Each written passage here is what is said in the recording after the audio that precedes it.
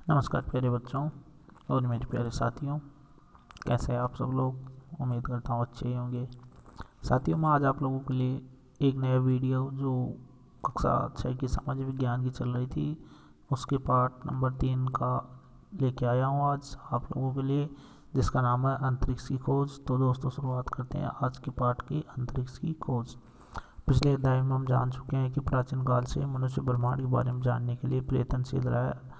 अभ्यास के प्रारंभिक काल में पृथ्वी से आकाश की गतिविधियों को देख पाना संभव नहीं था, किंतु लंबे समय तक इन आकाशीय पिंडों की गतिविधियों को देखकर प्राप्त निष्कर्षों की सहायता से मानव ने कई पुरानी मान्यताओं को गलत साबित कर दिया। खगोल शास्त्रियों ने विश्व के सामने नए सिद्धांत और परिकल्पनाएं पेश की। अंतरिक्ष या खगोलीय खोजों में भारत की प्राचीन सभ्यताओं सहित मेसोपोटामिया, मिस्र और चीन और यूनान का योगदान रहा।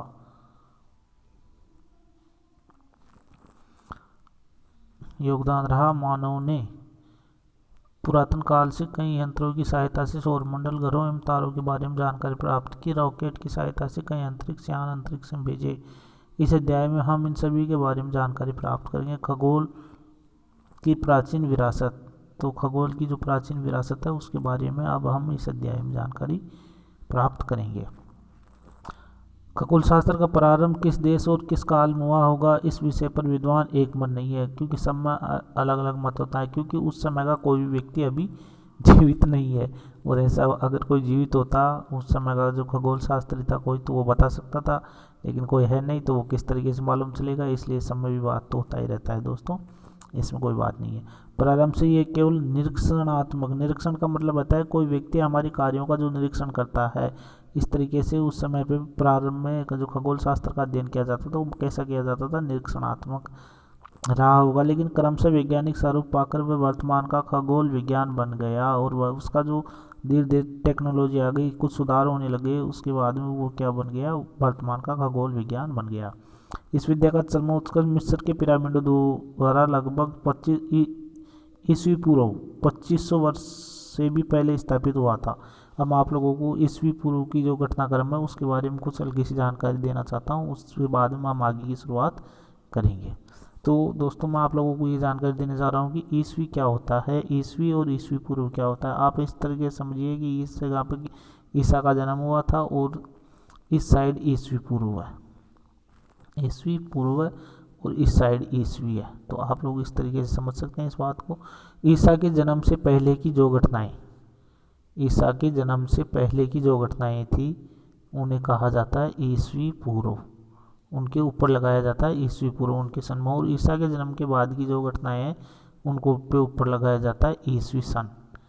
तो अब आप लोग समझ गए होंगे ईस्वी पूर्व क्या होता है। इससे पहले जो घटनाएं घटित हुई थी वो ईस्वी पूर्व है और वो उल्टे क्रम में चलती है, और इससे इधर की जो घटनाएं हैं वो उसके बाद की है, उसको ईस्वी लगाते हैं और उस उल्टे क्रम में चलती है। जैसे कि इधर उल्टे क्रम में कैसे चलती है, जैसे कि यहाँ लिख रखा है 2500, तो ऐसे तो 2500 है, लेकिन 2500 के बाद में क्या आना चाहिए 2600, लेकिन इधर 2600 नहीं आएगा, इधर आएगा 2400, फिर आएगा 2300। इस तरीके से ये घटनाक्रम आएगा। और इस साइड कैसे होगा, इस तरीके से होगा, जैसे कि हम यहाँ लिखेंगे 2500, 2500 के बाद में 2600, इस तरीके से ये घटनाक्रम चलता रहता है। इसे ईस्वी पूर्व और ईस्वी कहते हैं। अब आप लोगों की ईस्वी पूर्व और ईस्वी का डाउट है जो क्लियर हो गया होगा।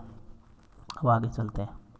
हाँ, आप देख सकते हैं ये यहाँ पे मिस्र के पिरामिड और उसके ठीक शीर्ष स्तर पर ध्रुव तारा।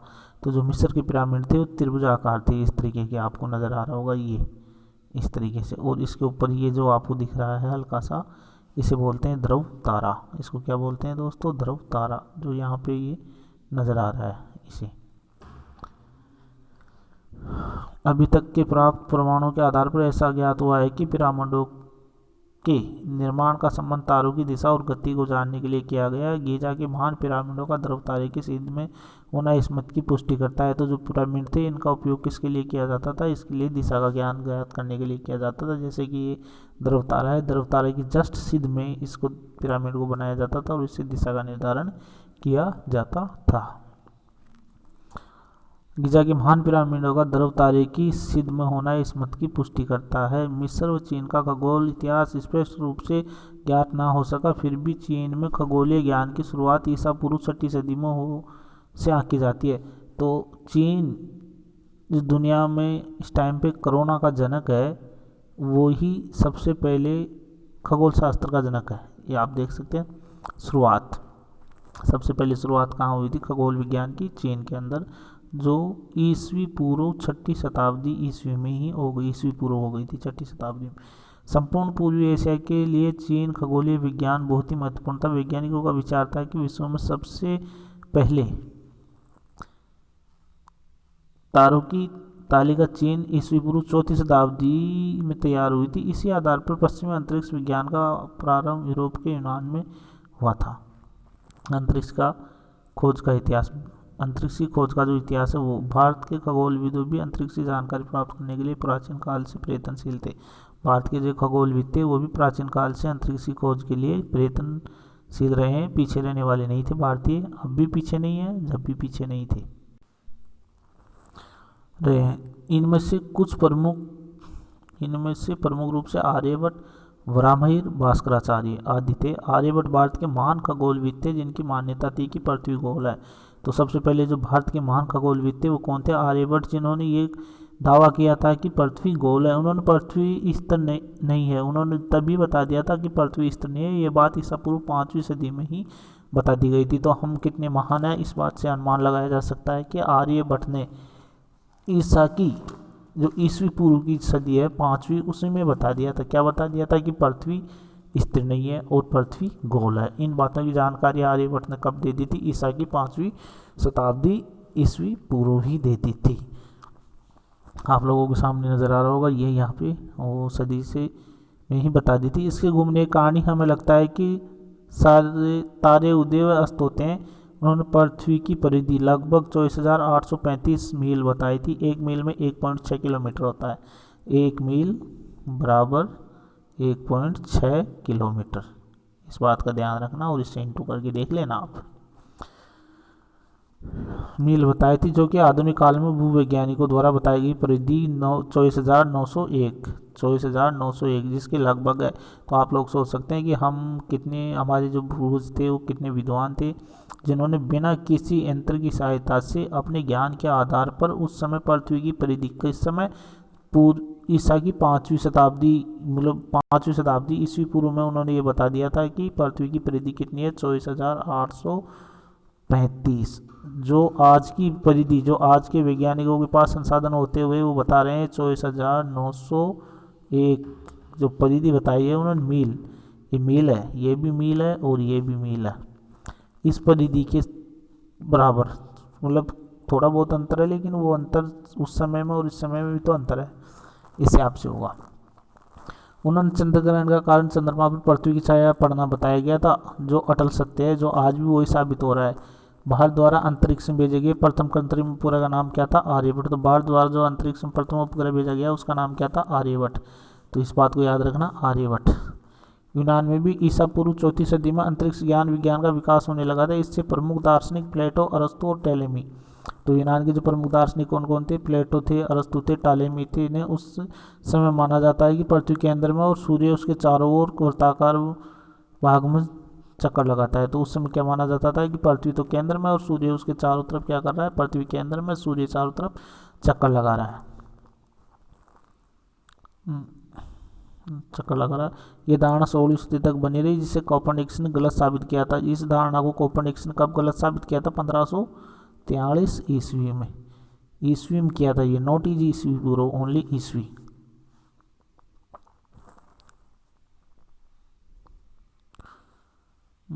साबित किया था। पृथ्वी की सही परिधि का आकलन अब ये भी इम्पोर्टेंट है कि पृथ्वी की जो सही परिधि है उसका सही आकलन किसने किया था? आकलन इराटोस्थेनेस ने ईसा पूर्व 3री सदी में किया था। और इसने ईसा पूर्व 3री सदी में किया था। हमने कब किया?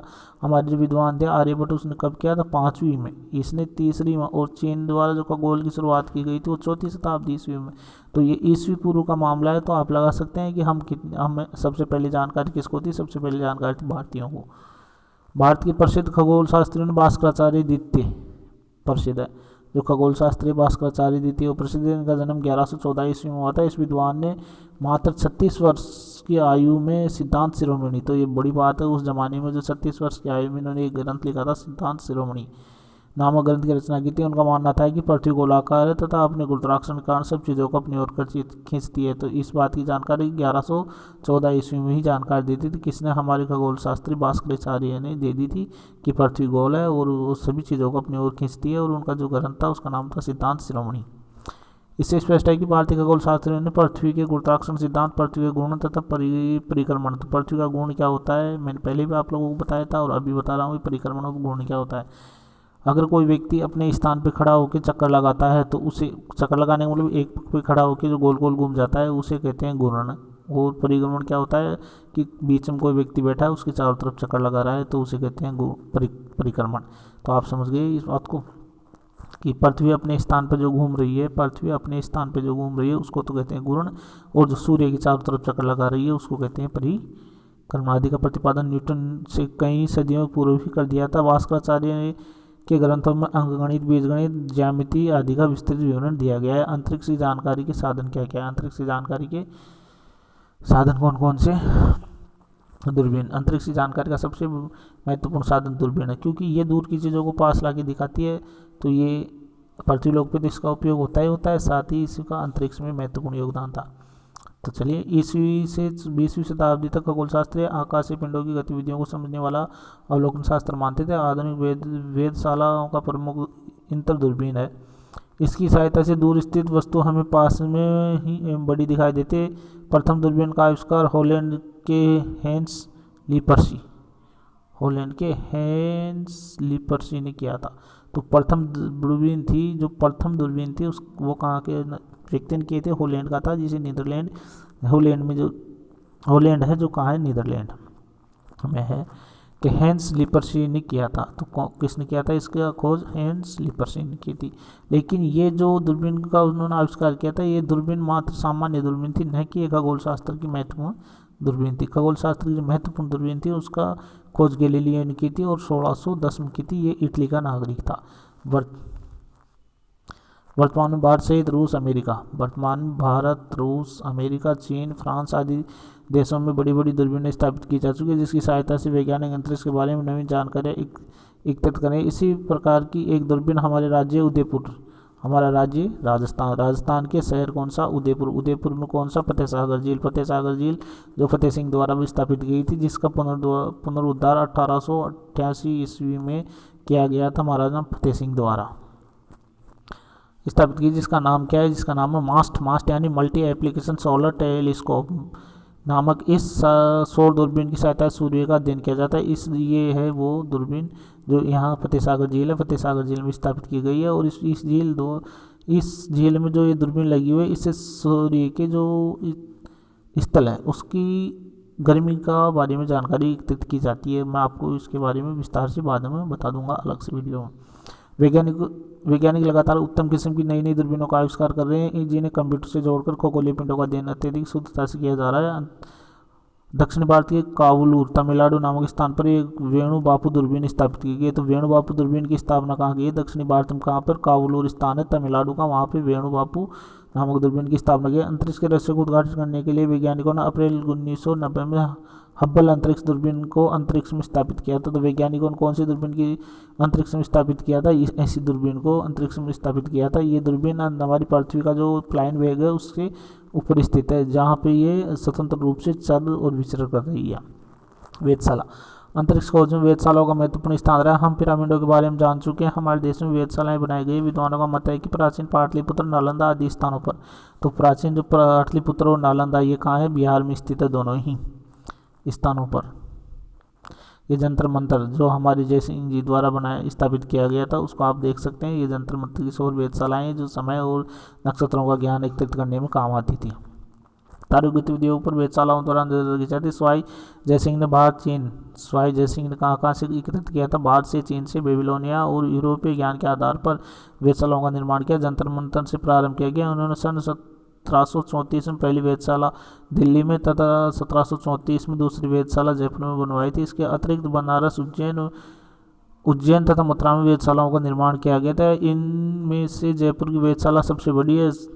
स्वाई जयसिंह 3 नए यंत्रों का आविष्कार किया था, जिनमें सम्राट यंत्र, जयप्रकाश यंत्र और राम यंत्र रखे गए थे। इनमें सम्राट यंत्र सबसे बड़ा और ऊर्जा है। इसकी चोटी आकाशीय दरों को सूचित करती है। आज लगभग 300 वर्ष बाद भी ये अंतर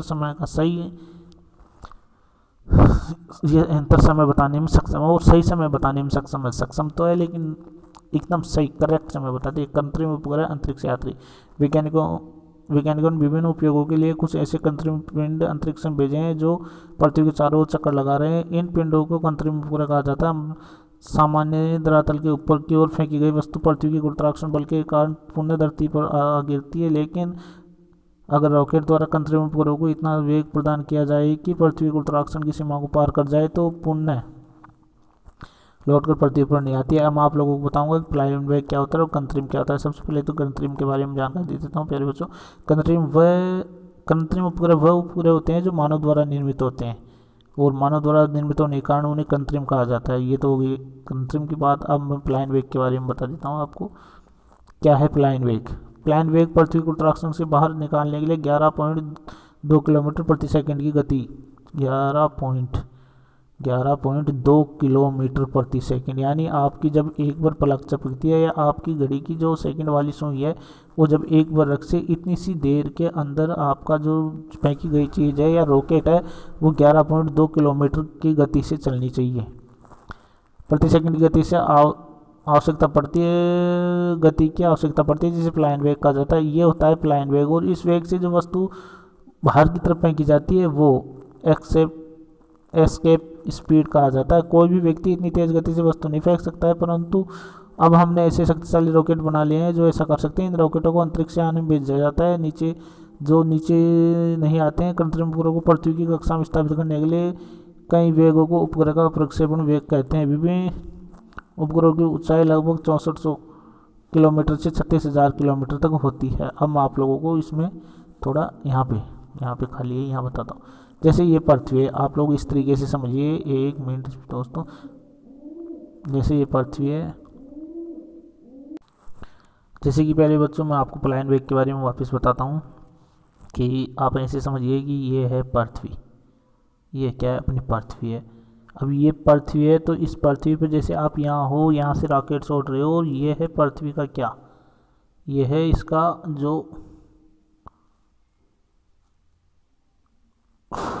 गुरुत्वाकर्षण बल लगता है वो के अंदर।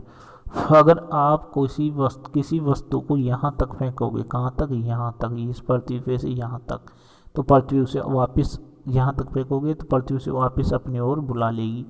लेकिन अगर आप उस वस्तु को इतनी गति से फेंकते हो कि वो वस्तु इससे बाहर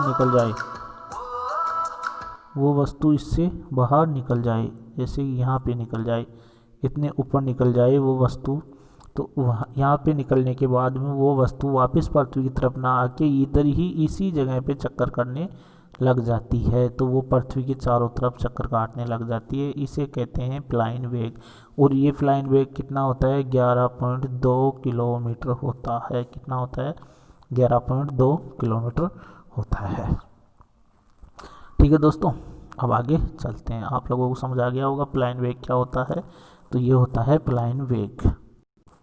यदि किसी पिंड को हम प्लाइन वेग से कुछ कम, अगर हम कुछ कम वेग जैसे लगभग 8 किलोमीटर प्रति सेकंड से प्रक्षेपित करते हैं तो वह पृथ्वी के गुरुत्वाकर्षण क्षेत्र से बाहर नहीं जाएगा, अपितु पृथ्वी के चारों ओर निश्चित कक्षा में चक्कर लगाने लग जाएगा। कृत्रिम उपग्रह मानव द्वारा बनाया गया एक मिशनी पिंड है जिसे रॉकेट की सहायता से पृथ्वी की कक्षा से पृथ्वी के गुरुत्वाकर्षण प्रभाव की सीमा के अंदर स्थापित किया जाता है। जैसे कि वो पिंड वहाँ पे दरजुल हो जाएगा, जहाँ पे एक तरफ पृथ्वी खींचे और एक तरफ अंतरिक्ष खींचे, बीच की स्थिति में वो दरजुल की स्थिति में आ जाएगा। इसलिए जो पृथ्वी का प्लाइन वेग है 11.2 किलोमीटर, उससे कम, थोड़ा सा कम फेंका जाए तो वो उसके ऊपर ही दरजुल नाचने लग जाएगा,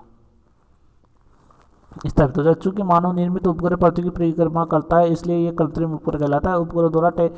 उपग्रह द्वारा टेलीफोन, टेलीविजन, रेडियो आदि की तरंगों का प्रसारण किया जाता है। ये उपग्रह जासूसी, मौसम एवं पृथ्वी संबंधी अन्य जानकारियां भी प्रदान करता है। कृत्रिम उपग्रह हमारे लिए बहुत उपयोगी है। इनकी सहायता से तूफान या बाढ़ जैसी प्राकृतिक आपदाओं की पूर्व जानकारी मिल जाती है, जैसे जान माल को सुरक्षित स्थानों पर पहुंचाकर उनकी सुरक्षा सुनिश्चित की जा सके। कृषि, वन और जल संसाधनों की व्यवस्था में कृत्रिम उपग्रहों द्वारा प्राप्त जानकारी काफ़ी उपयोगी साबित होती है। विश्व का पहला उपग्रह, अब आप समझिए विश्व का जो पहला उपग्रह था उसके बारे में। विश्व का पहला उपग्रह 1957 में स्पुतनिक 1 तत्कालीन सोवियत संघ द्वारा अंतरिक्ष रॉकेट के द्वारा पहुंचाया गया था। तो सबसे पहला विश्व का जो प्रथम उपग्रह छोड़ा गया था वो किसके द्वारा छोड़ा गया था? सोवियत संघ द्वारा, जिसे आज रूस के नाम से जाना जाता है। तो विश्व का पहला उपग्रह 1957 में स्पुतनिक 1 जो तत्कालीन सोवियत संघ द्वारा अंतरिक्ष रॉकेट के द्वारा पहुंचाया गया था। सोवियत संघ और अमेरिका के बीच तब अंतरिक्ष अनुसंधान को लेकर एक होड़ सी लगी हुई थी। सोवियत अंतरिक्ष कार्यक्रम के अंतर्गत पहले जीवित प्राणी स्पुतनिक 2 में जो जीवित प्राणी भेजा गया था अंतरिक्ष में, किसमें भेजा गया था? स्पुतनिक 2 में, जो एक लाइका नामक कुतिया थी। तो लाइका नामक कुतिया को भेजा गया था। हालांकि ये परीक्षण पूरी तरह से सफल नहीं रहा। 4 साल बाद 1961 में सोवियत संघ ने पहला मानव सफलतापूर्वक अंतरिक्ष में भेजा था। यूरी गागरिन अंतरिक्षयान जो 4 साल बाद 1961 में सोवियत संघ ने पहला मानव सफलतापूर्वक अंतरिक्ष में भेजा था। तो आप देख सकते हैं स्पुतनिक 2 में तो लाइका नामक कुतियाँ भेजी गई थी। 61 में सोवियत संघ द्वारा जो मानव अंतरिक्ष में भेजा गया था उसे यूरी गागरिन अंतरिक्षयान यूरी गागरिन को भेजा गया था और उस यान का नाम था वोस्तको। एक अंतरिक्ष यात्री भी वोस्तको में अंतरिक्ष की यात्रा करने वाले विश्व के पहले व्यक्ति बने थे। तो विश्व के पहले व्यक्ति कौन थे जो जिन्होंने अंतरिक्ष की यात्रा की थी? वो थे यूरी गागरिन। आप इसकी फ़ोटो यहाँ देख सकते हैं, अच्छी खासी दिख रही होगी, हेलमेट समेत ये रही। अच्छा, फिर 1969 में अमेरिका ने दुनिया को तब चौंका दिया जब अपोलो 11, अमेरिका का प्रथम यान कौन सा था? अपोलो 11 अंतरिक्ष यान में 3 यात्रियों को सफलता के साथ न सिर्फ अंतरिक्ष की सैर कराए बल्कि 2 अंतरिक्ष यात्रियों को चंद्रमा की सतह पर भी उतारा। नील आर्मस्ट्रांग विश्व के पहले व्यक्ति थे जिसने चंद्रमा की सतह पर अपना पहला कदम रखा था। तो चंद्रमा की सतह पर उतरने वाला प्रथम व्यक्ति कौन था? Neil Armstrong. ठीक है, नील आर्मस्ट्रांग की आप फोटो देख लीजिए और उस समय की ये फोटो, वहाँ टेक्नोलॉजी उस समय ऐसी ही थी। तो आप देख सकते हैं ये चंद्रमा के ऊपर उन्होंने टहलकदमी की थी। भारत में सर्वप्रथम 1984, तो भारत में ये कब हुआ था? 1984 में अंतरिक्ष में यात्रा करने का गौरव भारतीय युवा सेना के राकेश शर्मा को मिला। राकेश शर्मा ने सोयूज टी, इसको भी याद रखना, सोयूज टी 11 यान में जो 2 अन्य सोवियत अंतरिक्ष यात्री, मतलब सोवियत संघ की सहायता से हमने ये राकेश शर्मा को अंतरिक्ष में भेजा था।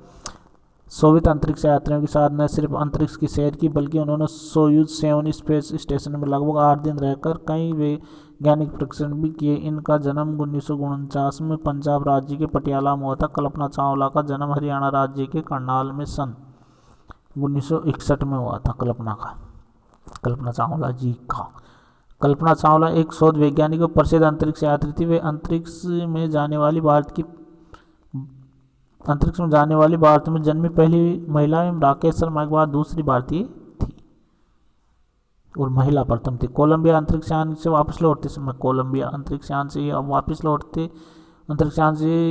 लौटते समय सन 2003 में हुई दुर्घटना में अपने अन्य 6 सहयोगियों के साथ उनकी मृत्यु हो गई। इसके अतिरिक्त भारतीय मूल के अमेरिकी नागरिक सुनीता विलियम्स अंतरिक्ष में सर्वाधिक समय बिताने वाली पहली महिला थी। इन्होंने लगभग 196 दिन के समथिंग बिताए थे। मैं कंफर्म तो नहीं हूँ लेकिन लगभग इतने ही है, आप श्योर कर लेना। भारतीय अंतरिक्ष अनुसंधान संगठन इसरो, हमारे देश के प्रसिद्ध वैज्ञानिक होमी जहांगीर भाभा के नेतृत्व में सन 1962 में परमाणु ऊर्जा विभाग ने अंतरिक्ष अनुसंधान के लिए भारतीय अंतरिक्ष अनुसंधान संगठन का गठन किया। तब से लेकर अब तक से अंतरिक्ष विज्ञान में महत्वपूर्ण प्रगति हुई। तो हमारी जो इसरो की स्थापना में महत्वपूर्ण सहयोग और इसरो की स्थापना करने वाली कौन थी? होमी जहांगीर भाभा, जिन्हें परमाणु ऊर्जा का जनक कहा जाता है भारत के लिए। भारतीय अंतरिक्ष कार्यक्रम को गति देने का श्रेय विक्रम साराभाई को है और अंतरिक्ष कार्यक्रम को गति देने का जो काम किया था वो विक्रम साराभाई ने किया। तो विभिन्न उपयोगों के लिए भारत के वैज्ञानिकों ने कई कृत्रिम उपग्रह पृथ्वी की कक्षा में स्थापित किए। प्रथम भारतीय कृत्रिम उपग्रह का नाम आर्यभट्ट था, जिसे अप्रैल 1975 में पूर्व सोवियत संघ के बीकानेर अंतरिक्ष केंद्र से प्रक्षेपित किया गया था। इसके साथ कहाँ से किया गया था? बीकानेर अंतरिक्ष केंद्र से। इसके साथ ही भारत ने ऐसा करने वाला विश्व का छठा देश बन गया था। इसके प्रमुख कार्य पृथ्वी के वायुमंडल का अध्ययन करना। 1975 से अब तक भारत कई उपग्रह अंतरिक्ष में भेज चुका है। इनमें प्रमुख के नाम Bhaskar, Apple, INSAT, Rohini, IIS, EDUSAT जो एजुकेशन के लिए महत्वपूर्ण है। इससे काफ़ी सारे जो टीवी में चैनल आते हैं वो इसी से आते हैं। हिमसेट जो एजुकेशन से संबंधित है वो हिमसेट, कार्टोसेट, रिसोर्सेट, ओशनसेट, जीसेट, चंद्रयान, मंगलयान। चंद्रयान 2 बार भेजा जा चुका है, 2008 में भेजा गया था। उसके बाद में अभी हाल फिलहाल 2019 में भेजा गया था मंगलयान आदि। इन उपग्रहों की सहायता से दूरसंचार, प्रसारण, मौसम, जलवायु, सुदूर संवेदन, मानचित्रण, संसाधन आकलन, सूखा, बाढ़, तूफान आदि संबंधी में पूर्वानुमान, रक्षा संबंधी गतिविधियां और कई अन्य सार्वजनिक व राष्ट्र उपयोगी कार्यों का संपादन सुचारू रूप से संभव होने लगा है। मंगल अभियान। अब मंगल अभियान के बारे में जान लेते हैं। मंगल ग्रह के बारे में जानकारी हासिल करने के लिए भारत ने मंगलयान नामक एक अंतरिक्ष यान नवंबर 2013 में आंध्र प्रदेश के हरिकोटा में स्थित सतीश धवन अंतरिक्ष केंद्र, तो सतीश धवन अंतरिक्ष केंद्र कहाँ है? हरिकोटा में। हरिकोटा कहाँ है? आंध्र प्रदेश में प्रक्षेपित किया, जिसने लगभग 11 माह की यात्रा कर 2014 में मंगल की कक्षा में सफलतापूर्वक प्रवेश किया। पहले प्रवेश में ये उपलब्धि हासिल करने वाला भारत का विश्व का एकमात्र देश है। तो विश्व का ये एकमात्र देश है कौन? भारत, जिसने पहले ही प्रयास में मंगल पर अपना यान सफलतापूर्वक लैंडिंग कराई भेजा था। इस प्रकार चंद्रयान का अध्ययन करने के लिए अक्टूबर 2008 में चंद्रयान नामक एक अंतरिक्ष यान भेजा गया था और ये अंतरिक्ष भेजा गया था, प्रक्षेपित किया गया था। और एक अभी किया गया था जो चंद्रमा के ऊपर लैंड होने से मात्र 2 कोई किलोमीटर ऊपर जाके फेल हो गया था। वो स्टोरी अलग है, लेकिन मैंने आपको जानकारी दे दी। पहली अंतरिक्ष वेधशाला। मंगलयान की सफलता के बाद भारत अब उन देशों की सूची में शामिल हो गया है जिनके अंतरिक्ष में वेधशाला है। इसरो द्वारा हरिकोटा से अक्टूबर 2015 में देश की पहली अंतरिक्ष वेधशाला एस्ट्रोसेट, तो इसको याद रखना, देश की प्रथम अंतरिक्ष वेधशाला कौन सी है? एस्ट्रोसेट। कौन सी है? एस्ट्रोसेट। इससे ब्रह्मांड का अध्ययन करने में मदद मिलेगी। भारत में पहले अमेरिका, रूस, जापान और यूरोपीय संघ ने भी अंतरिक्ष में अपनी वेधशाला स्थापित। कौन कौन? अमेरिका, रूस, जापान और यूरोपीय संघ, जिसमें यूके से संबंधित देश आते हैं। यूके में जैसे यूनाइटेड किंगडम और स्कॉटलैंड आदि देश आते हैं इसके अंदर।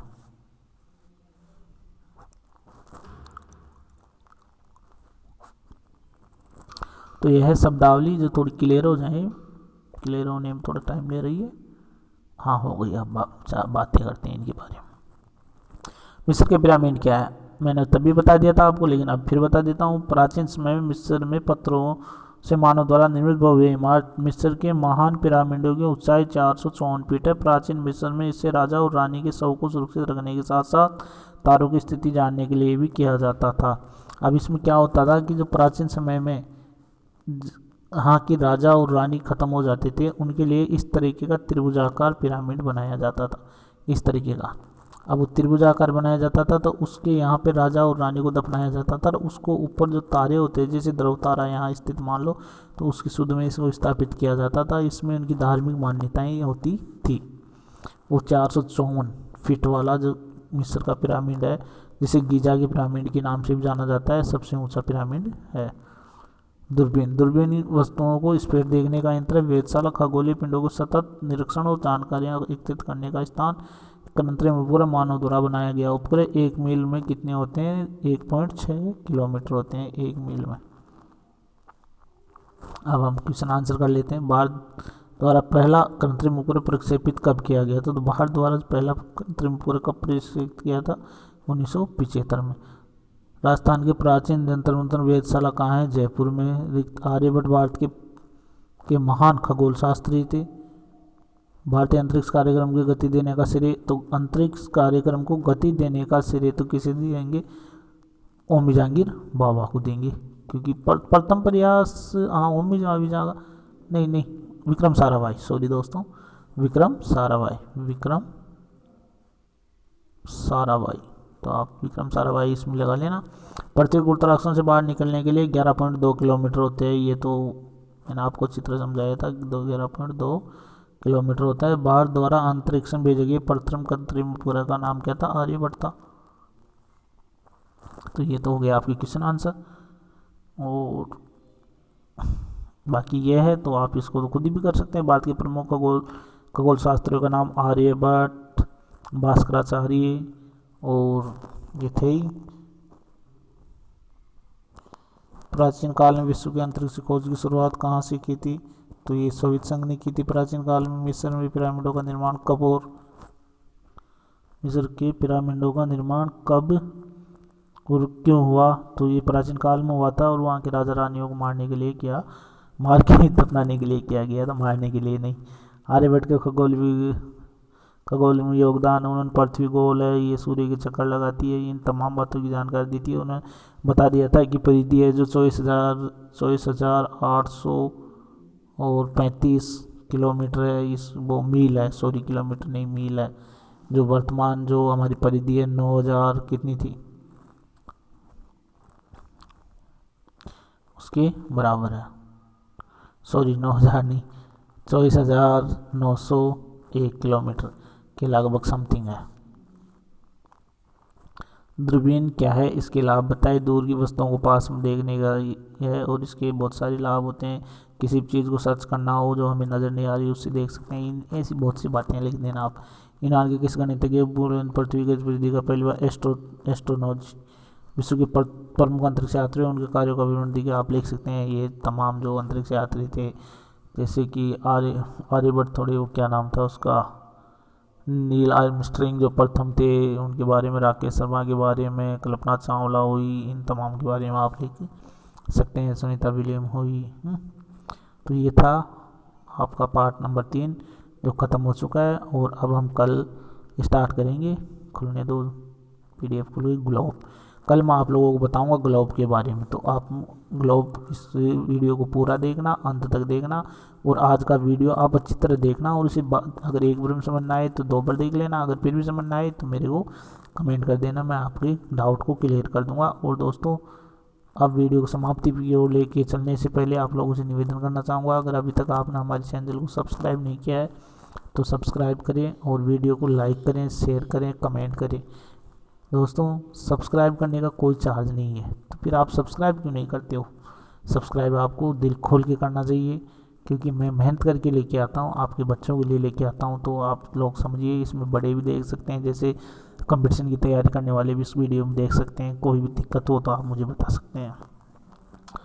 तो दोस्तों वीडियो को समाप्त करने से पहले फिर से एक बार रिक्वेस्ट करना चाहता हूँ कि आप मेरे चैनल को सब्सक्राइब करें। सब्सक्राइब करने के लिए आपको कुछ नहीं करना है दोस्तों। जैसे यहाँ पे आप ऐसे समझ लो, ऐसे लिखा आ रहा है सरकारी, जब यहाँ पे सरकारी समाचार लिखा हुआ आ रहा है उसके जस्ट सामने इधर लाल कलर में सब्सक्राइब लिखा हुआ आएगा और उसके सामने एक बेल आइकन का घंटा नज़र आएगा। तो आपको क्या करना है, सब्सक्राइब वाले बटन को क्लिक करना है। उस पर क्लिक करने के बाद में यहाँ पे इस घंटे पे क्लिक करो। घंटे पे क्लिक करते आप लोगों के सामने 3 ऑप्शन खुल के आएंगे। उन 3 ऑप्शनों में से जो ऊपर वाला आल वाला होगा, आल वाला, उस पर क्लिक करना है। बस इतना सा काम करना है, जिसके कारण मैं जब भी कोई नया वीडियो लेके आऊँगा तो आपको उसका नोटिफिकेशन सबसे पहले पहुंच जाएगा। और कल हम पढ़ेंगे ग्लोब। तो ग्लोब के बारे में कल हम पढ़ेंगे। अगर आप लोगों के पास बुक हो तो आप उसको पढ़ लेना पहले। तो दोस्तों चलते हैं वीडियो को समाप्ति की ओर लेके। तो मुझे दीजिए आज्ञा। जय हिंद, जय भारत, जय जवान, जय किसान दोस्तों।